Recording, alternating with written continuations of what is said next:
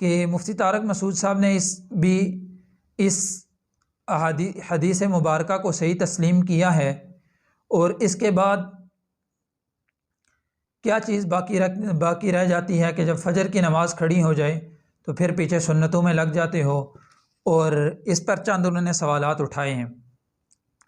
ایک بات تو انہوں نے اس میں یہ کی ہے کہ فرمان نبی جب سامنے آ گیا تو اس کے بعد کسی ضعیف روایت کا سہارا لینا یا کسی قول وغیرہ کا سہارا لینا یہ بددیانتی ہے قوم کے ساتھ۔ تو میں ان سے کہوں گا تو کہ آپ نے تو یہ حدیث مبارک مسلم شریف کی تو دیکھی ہیں، لیکن اور احادیث مبارکہ چند میں آپ کی خدمت میں پیش کیے دیتا ہوں جن میں اللہ کے نبی صلی اللہ علیہ وسلم نے فجر کی سنتوں کی تاکید فرمائی ہے، کیونکہ یہ حدیث مبارک جو ہے اذا اقیمت الصلاۃ فلا صلاۃ الا المکتوبہ، یہ حدیث مبارک صحیح ہے، لیکن یہ حدیث مبارک عام ہے،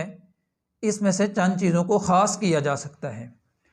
جیسا کہ مفتی طارق مسعود صاحب کا اگر پورا کلپ سنیں تو انہوں نے کچھ وضاحت اس میں فرمائی ہے،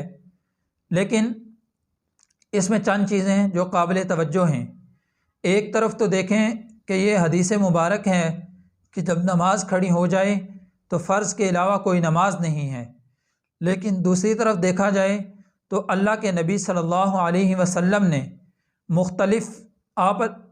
دوسری طرف دیکھا جائے تو آپ صلی اللہ علیہ وسلم کے مختلف ارشاد گرامی ملتے ہیں،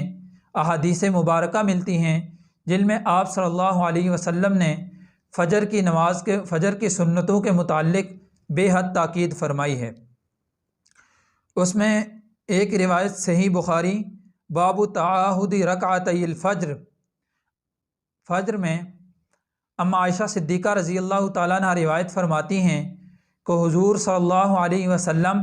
کسی نفل کی اتنی پابندی نہیں فرماتے تھے جتنی وہ فجر کی 2 رکعت کی فرماتے تھے۔ اسی طرح ایک صحیح مسلم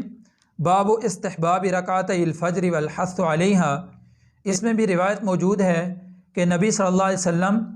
فجر کی سنتوں سے زیادہ کسی نفل نماز کی تاکید نہیں فرماتے تھے۔ نبی داؤد باب فی تحقیقہما عن ابی ہریرہ رضی اللہ تعالی عنہ قال قال رسول اللہ صلی اللہ علیہ وسلم لا يدعوهما وان تردتم الخیل، اس میں بھی اللہ کے نبی صلی اللہ علیہ وسلم فرما رہے ہیں کہ فجر کی 2 سنتوں کو تم کبھی بھی نہ چھوڑو اگرچہ تمہیں گھوڑے بھی رونٹ ڈالیں۔ اس کے بعد شرح معانی الاثار باب القراءۃ فی رکعتی الفجر،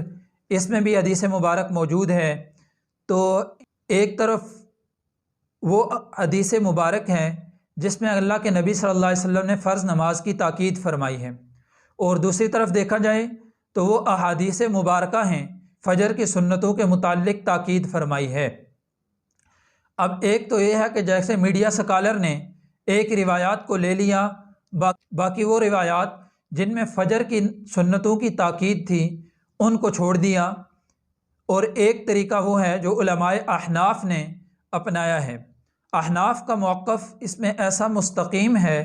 کہ اس میں دونوں فضیلتیں جمع ہو جاتی ہیں، اور اس موقف پر تائید صحابہ رضوان اللہ علیہم اجمعین کے عمل سے ثابت ہوتی ہے۔ تو اب صحابہ رضوان اللہ علیہم اجمعین کے عمل کی میں چند احادیث سے صراحت پیش کیے دیتا ہوں۔ اس میں ایک تو یہ ہے کہ ان میڈیا سکالر نے ایک اعتراض یہ بھی کیا ہے کہ علماء احناف یہ کہتے ہیں کہ جب فجر کی نماز کھڑی ہو جائے تو سنتیں پڑھ لو، کسی کونے میں پڑھ لو کہ مسجد کے ایک طرف ہو کر پڑھ لو۔ یہ کہاں لکھا ہوا ہے؟ حضرت میں آپ کی توجہ دلانا چاہتا ہوں جہاں لکھا ہوا ہے۔ تو آپ دیکھیے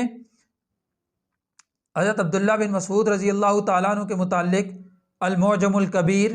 میں روایت موجود ہے کہ حضرت عبداللہ بن مسعود رضی اللہ تعالیٰ عنہ نے ایک مرتبہ فجر کی سنتیں نہ پڑھی تھیں تو آپ نے ستون کی اوٹ میں سنتیں پڑھی۔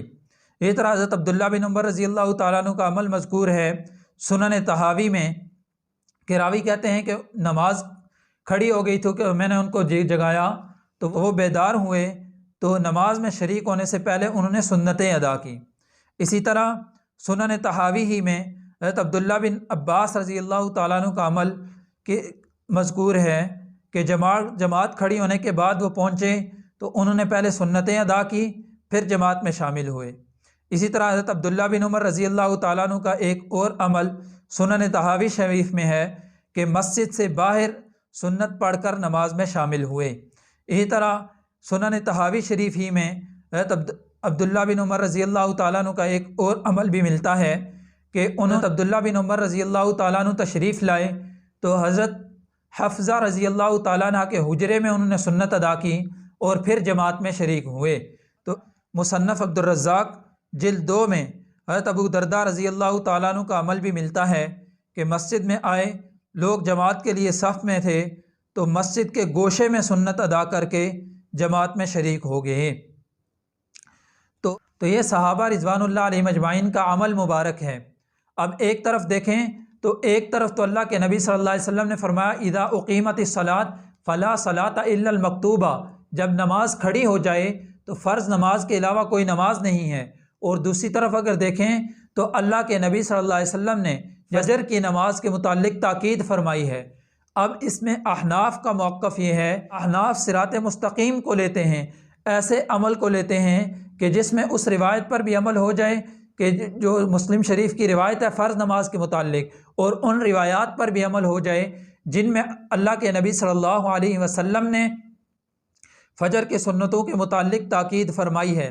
اب صحابہ کے عمل سے یہ ثابت ہو گیا کہ یہ دونوں احادیث پر عمل کیسے ہوگا، تو یہ صحابہ نے کر کے دکھا دیا کہ مسجد میں جب داخل ہوئے جماعت کھڑی ہونے پر تو صحابہ نے وہ سنتیں مسجد میں ایک طرف یا کسی ستون کے پیچھے کسی گوشے میں ادا کر کے پھر جماعت میں شامل ہوئے۔ تو اب ان میڈیا سکالر کا جو اعتراض تھا کہ گوشے میں پڑھ لو، ستون کی اوٹ میں پڑھ لو، کہاں لکھا ہوا ہے؟ حضرت یہ لکھا ہوا ہے جو میں آپ کو پیش کر رہا ہوں۔